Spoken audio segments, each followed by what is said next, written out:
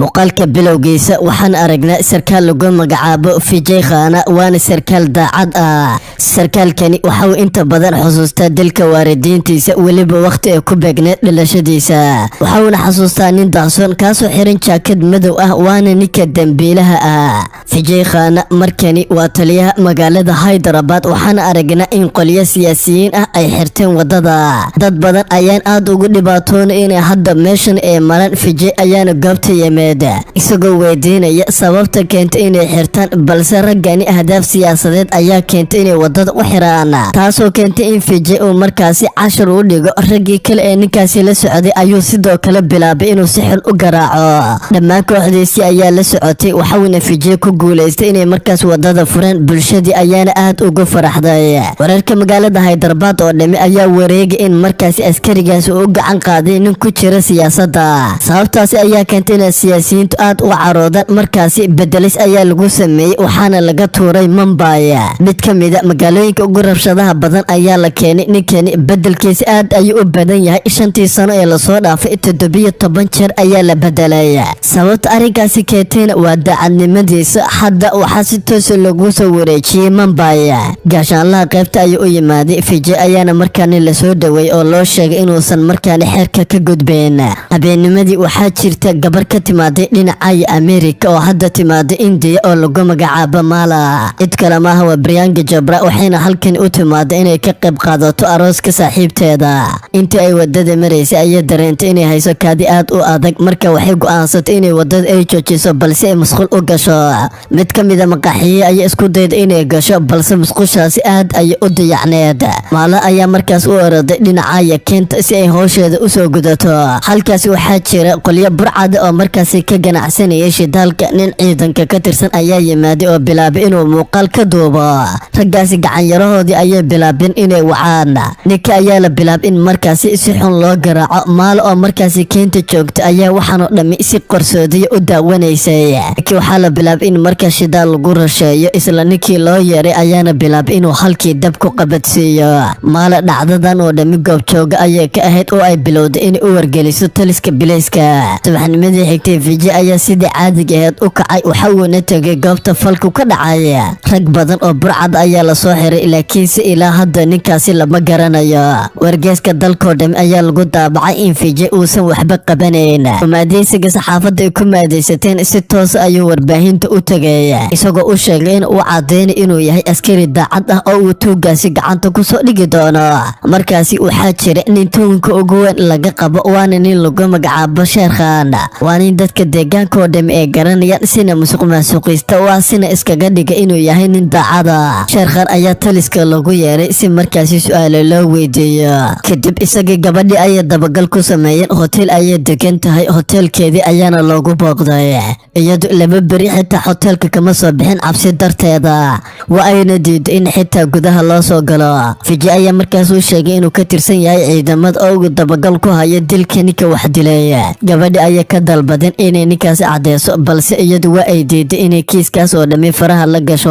waayo cabsi darteeda waxay sheegtay in laba beri kadib ay dib u laabanayso wadankeeda oo aysan rabin inay wax dhibaato ah soo gaarto.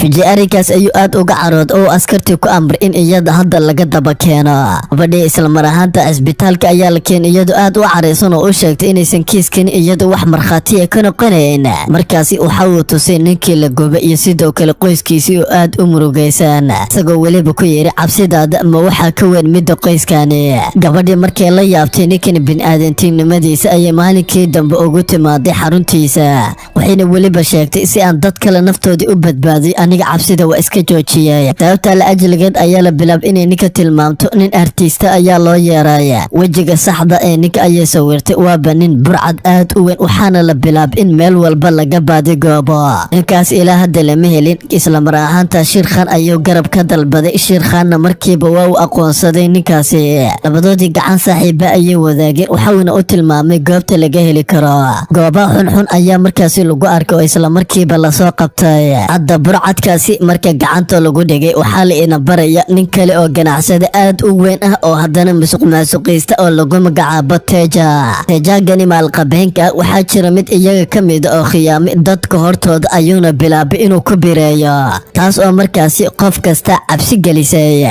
Teja waxaa loo sheegay in askari Vijay lagu magacaabo hadda qabtay ninkii ugu muhiimsanaa ee qaybta shidaalka noo kala socodsiinayay. Marka waxa uu sheegay inuu xafladda habeenkii ku marti qaado. Habeenkii ayaana xaflad la dhigay. Vijay ayaana goobta yimid. Halkani ay burcadka iyo askariga ay waliba isku barteen, isagoo waliba burcadka u sheegay inuu lugihiisa uu ka socdo, haddii kalena dareeskaasi uu ku socdo inuu markaasi ka dhigi doono. Dhinaca kale ayaan aragnaa Maala waxay rabtaa inay si qarsoodi iskaga tagto halkan oo dib uga laabato Mareykanka, laakiinse koox burcada ayaa iyada si khaas ah oo la socda. Vijay xafladda ayuu iskaga soo tegay. Maalahan intay wadada maraysay shil ayaa la geliyay. Burcad aad u tiro badan ayaana bursatay, isla mar ahaanta laamiga highwayga ayay ku soo dhacday. Baabuur wadada maray ayay isku dheegtay. Cid kale baabuurkani ma saarna ee waxaa saaran Vijay. Vijay markii arkay raggaana waxay bilaabeen inay gadaal u gurtaan. Hadda gabadhu waxay garowshatay inay nafteeda khatar ku jirto. aad ayay u cabsanaysa iyadoo ka baqanaysa in hadda la dilo. isla mar ahaanta Vijay ayaa u ballan qaaday in markii ammaankeeda uu sugayo, balse uu ku caawiyo maalinta maxkamadda inay arrinkani runta ka cadeyso. iyana waa ay diidiyada u sheegtay in nafteedii khatar ku jirto oo ay rabto inay halkani ka tagto. marka waxa uu damaanad qaaday inay joogayso gurigiisa. Vijay ilaa hadda xasuus ayaa ku soo laalaabanaysa. gabadhiina waxay ahayd mid cabsida ugu weyn haysa. marka isaga ayaa bilaabay inuu u dejiyo. isla maalinimadii xigtayna xafiiska ayuu uga tegay isagoo tusaya sawirka ninka burcada ah. waxa uuna ka dalbaday ninkaas wax ma ka garanaysa, balse seerabta arrinkaas oo dhimi waa uu diiday. dhinaca kale gabadha warqad raaligelin ah ayaa loo qoray, sidoo kale lacag ayaa la siiyey si ay shoobin u soo samaysato. aad ay arrinkaas ugu farxad oo ay garowshato inuu ninkan uu yahay nin wanaagsan. Vijayna ninkii ayaa loo keenay si uu arrinka runta u qirto, laakiinse waxa uu ahaa nin aad u kibirsan, umana muuqan inuu wax sheegayo, taasoo keentay inuu u gacan qaado. balse taliyihii weyne ayaa aad u carooday oo ku yiri adiga lama rabo inaad xeerka sharciga aad dhaaftid, waxaa ku qasbanta inaan qawaaniinka xeerka raacdeed. Vijay hadda sharciga ayaa gacmaha ka xiraya. maalinkii dambe isagoo loo diray inuu ammaanka bulshada u ilaaliyo ayaa waxa u yimaaday ninkii wariyaha ahaa. ninkaas waxa uu u sheegay waxaan ku hayaa kiis kale oo markaasi sumcad badan aa ku helayseed. haddii kiiskani markan gacanta aa la gashin nasiib wanaagsan sumcad badan ayaa bulshada dhexdeeda ka helaysaa. meel kalena maaha waa dhinacayo goobihii shidaalka oo uu leeyahay seerabta. isagii kooxdiisa meesha ayay yimaadeen. dad badan oo burcada ayay meesha ku soo qaqabteen. sababta la ajliga taliye ayaa aad u carooday oo ku yiri shaqaan aniga kuu dirin ayaa keligaagii u dhaqaaqday. waxa uu sheegay balka hore haddii aan dareeska kaa dhigo maxaa samaynaysa. isagoo loo cagajugleeyay ayuu meesha iskaga soo tegay. isla habeenimada waxay ku beegneyd habeenka dhalashadiisa. maal ayaan xaflad dhalasho u diyaarisay, balse markaas isagu waxaan oo dhammi raalli kama ahayn. aad ay ugu qayliyey. maalo ayaan aragna oo sidoo kale aad arrinkaasi uga murugootay. kadib waa u yimaad oo uu bilaabay inuu raali geliyo, isagoo ku yiri aniga xafladoo dhammi habeen ayaa nacay, waana habeenka dhalashadayda. anigoo aad u yar habeenkaasi waxay ku beegneyd habeenka waalidiinteeda la dilayay. nin maaska xiran oo markaa gacanta taatu cajiib ah kule ayaa halkii aniga aabbahay ku dilay, kadibna ku daray hooyaday. sababta ayaa keentay in dhalasho oo dhammi aan naco. ilaa hadeerna ninkaasi ma garanayo. iyana waxay u ballan qaaday in kurbad iyo murugada haysato oo dham ee la qaybsan doonto. marka maalinkii dambe ayay bilowday inay waqti fiican ay wada qaataan. xitaa iyada ayaa cuntada u karinaysay si wanaagsan, ayayna labadooda aad iskugu soo dhex galeen. kadib maalinkaas sidoo kale burcadka ayaa baabuur khaasa lagu qaaday, iyagoo weliba ciidamada ku cabsi gelinaya inay marka ninkan baxsad u dilayaan. waxay u sheegeen kiisas hore oo markaa ninkaasi uu isku day inuu baxsado, balse markaa bileysku ay ka dhigeen inay baxsad ahaan ku dileen. xitaa jeebada ayaa laga furay iyadoo lagu amray inuu baabuurka uu ka dego. ninkani aad ayuu u cabsaday, xitaa waxa uu gaar inuu isku kaadiyo. waxauna bilaabay inuu runta sheego.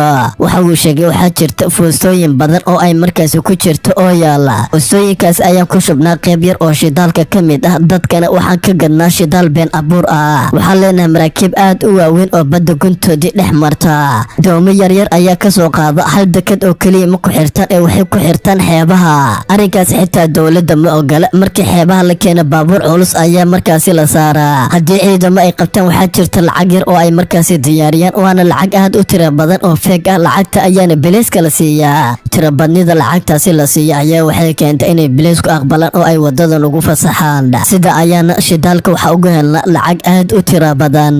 goobihii loo tilmaamay oo dham ayuu markaasi qabtay seerabta. hadda kurbo badan ayaa soo food saartay, isagoo u arkay hal wado oo keliya ah inuu ninkan iska casilo. laakiinse iskiiska lagu casili lahaa ayaa waxay noqotay ninka keliya ee markaasi runta cadeyn lahaa in saldhigga dhexdiisa lagu dilay. isla markaa Vijay ayaa arrinkaasi loo soo sheegay. dhammaan saxaafadda oo dhami ayaa bilaabeen inay Vijay ceebeeyaan waayo ninka burcadka oo isaga u xiran in saldhigiisa hadda lagu dhex dilay iyadoo weliba la aaminsana in xarunta saldhigu ay tahay meel ammaan ah maadaama saldhiga dhexdiisa nin lagu dilayna waxaa la bilaabay in Vijay markaa dareeska laga dhigo. Vijay ayaa maalinkii dambe dareeska laga dhigay isagoo murugaysan ayuu guriga dib uga soo laabtay. Maalana ma ay rabto inay hadda India ka tagto. Vijay ayaa kadib u yimid waxa uu ka dhaadhicin inay hadda halkan iskaga tagto maadaama isaga sharciga laga dhigay. isla markaana waxa uu go'aansaday maadaama hadda qof shacab caadi inuu yahay inuu awoodda shacabka isticmaalo. Sheekhan ayaa u tagay si uu markan xog uga helo. Sheekhan waxa uu sheegay waxaa jirta xaafad uu markaas ninkaas awoodiisa ugu badan ku leeyahay. xaafadaas ayaana dhammaan awoodda shidaalka la geeyay xitaa haddii ay bileesku isku dayaan bileeska waxba kama qaban karaan waayo ciidamada dumarka odayada xaafadaasi dadka degan oo dhami waxay u shaqeeyaan seerabta. markuu bilees meesha soo galo hoonka ayaa la dara dumarku xitaa saliid iyo biyo kulul ayay diyaarsadaan. ragguna hubkooda ayay soo qaataan biyaha kulul ayaa markaas lagu daadiya taasoo keentay in askartu ay waxba kala garan waayaan. shacabkan askartu ma dili karaan raggiina waxay bilaabeen inay weeraraan xitaa dumarka badankood ayaa wax walba oo ay weedaan ku dhuftaan. sababtaas ayaana keentay in ciidamadu ay goobta iskaga soo cararaan. waxa uu sheegay hadda awood kale ayaan u isticmaali karaa oo aan gudaha meeshaasi ku geli karo. baabuur kale oo cajiib ah ayuu soo qabtay isla markii baabuurka ayuu bilaabay inuu xaafadahan isku raranka ah oo dhami uu lugta marsiiyo.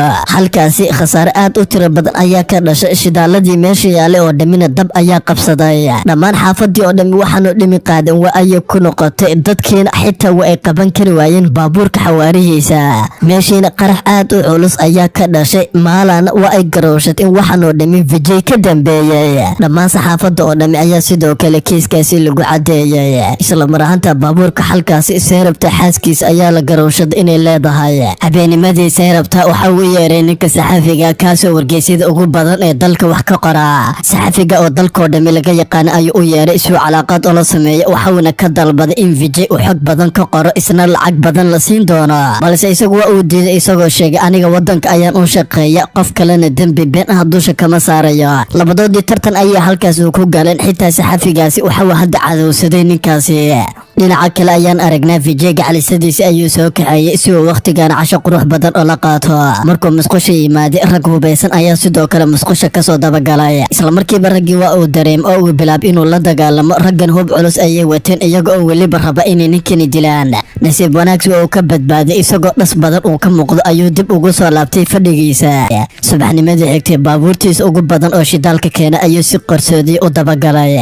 mid ka mid a raggii ayaa ka shakiyey laakiinse waxaasoo dhan dhag jalaq umasin isla markiiba baabuurtii oo dhami ayuu goobta ku qarxiyay.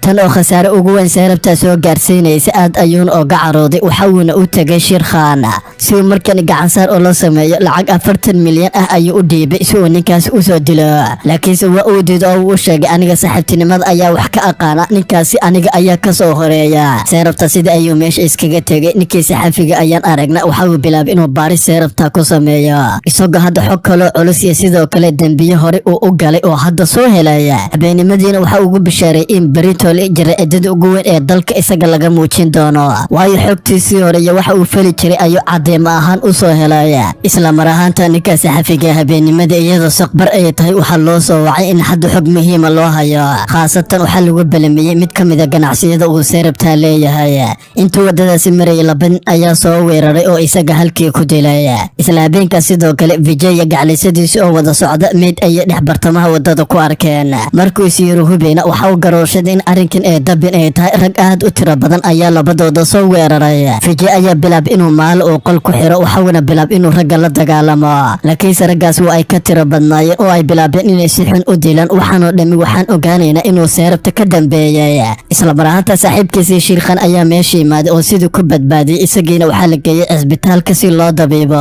marka TV-ga oo dhami waxa wareegay in ninka saxafiga la dilay dawladuna waxa soo food saaray culays aad u culus. dhammaan dadka oo dhami ayaa arrinkaasi ka mudaharaaday. Sheekhan ayaa bilaabay inuu barnaamijkan lug toos la soo galo. ciidamada ayuuna weydiiyay dilay ninka xabsiga ku xirnaa waxaana loo tilmaamay askari halkaasi ka shaqeynaya balse u shaqeeya seerabta. ninkaas ayuu soo helay kaas xaafad degan dadka xaafada degan oo dhami ayaana aad u jecel laakiinse Sheekhan ma jirto cid u dhawaanaysa labadii nin ayuu soo qabtay oo saldhigga hor keenay ninkaasna waxa uu sheegay in seerabta uu lacag aad u tiro badan uu siiyay ninkii la xirna ayaana ku amray inuu dilo sidaas ayaana lagu dilay isla mar ahaanta meel walba waxa laga baahiyay in hadda seerabta uu gacan ku dhig leeyahay seerabta baaris ayaa lagu sameeyay Fiji ayaa sidoo kale ninkaas ku raajira ilaa markii dambe uu soo galay goobta uu seerabta ku dhuumanayay seerabta biskoolad ayuu la soo baxay isla markiiba gacanta ayuu feeday taatuuga uu muddo badan raadinay ayuu halkaas ku arkay waa qofka uu raadinayo muddo ka badan 24 sano oo hore u dilay waalidiintiisa wajigiisana uusan arkeen waxa uu soo xusuusiyay noloshaada khaladkii ugu weyneed mar ayaa gashay markaas waxay ahayd marka labadaas aad dilaysid cunug yar ayay ka tageen cunugaasi haddii aad ku dari lahayd maanta cadowtinimadan ugu tiro badan ma aadan waajihi lahayn noloshayda oo dhan waxaan u noolaa inaan qofkaasi ka arguto balse qofkaasi haddaan ku ogaan lahaa in adiga tahayna mar hore ayaanba ku dili lahaa seerabta ayaa bilaab inuu markaasi xabad uu ku dhufto waxauna bilaab inuu qaybta dhulka hoos u ordo isla mar ahaanta biyo xeebta jooga ayaa gudaha oo dhami soo galay isna sidii ayuu meesha uga soo baxsaday markaas seerabta ayuu soo dabagalay ilaa markii dambe uu qabtay waxauna bilaab inuu si xun u dilo khaasatan isagoo hadda hooyadii aabihii u argudayay ayuu bilaab inuu isla shidaalkiisii ku holciyo halkii ayuuna isna ku gubtay hadda aad ayuu u faraxsan yahay maadaama uu hadda waalidkiisa u arguday sidoo kale dareeskiisii ciidanimo ayaa dib loogu soo celiyay isla mar ahaanta maala ayaa u timaaday iyadoo u sheegtay inay iska dhaafayso inay qurbo aado haddana India ay dagi doonto saaxiibkiisana aad ayuu uga mahad celiyay garabka uu siiyay halkan ayuu muuqaal ku dhamaaday koobiya magaca dhamaadka waa inay muuqaalka ka sagala idankii mahadsanideen